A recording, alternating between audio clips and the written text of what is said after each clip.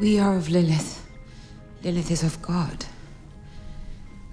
May she reveal herself to us tonight. Episode 7, we're going back to the beginning of the vampire creation myth. I always thought it was interesting that the vampires were using scripture to justify what is basically unjustifiable. This blood which Salome holds in her hands right now, it is the blood of Lilith. Nothing could be less symbolic.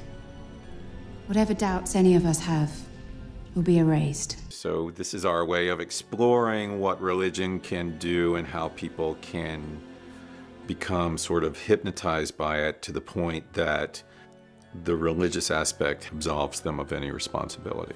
I universally disavow myself of my statements.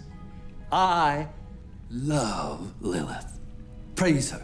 We actually shot on Bourbon Street on a Friday night with hundreds, thousands of people there. And we had the 9 vampires walking down the street. So we literally were having Eric and Nora, then we would do Russell and Steve, and the other side of the street would be all, you know, throngs of people. We will walk where and when we want. These streets are yours. No longer! I love the decimation of the karaoke party. I think it's really fun when Russell shows up on stage with the bride. They're having this little rehearsal dinner. You know something's going to happen. And then Russell comes on stage and all bets are off when he does his James Bond imitation. And then you know that it's going to be a melee. It's that vampire! Russell! What's his face? Edgington. Russell Edgington.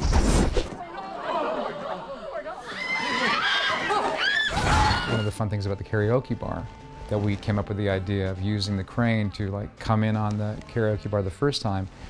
And then the second scene when there's all the carnage, we had the same camera move. Everything comes down to what story are we trying to tell. The vampires, under the influence of what is supposedly the actual blood of Lilith, a vision, a collective vision, they see this creature rise from the blood.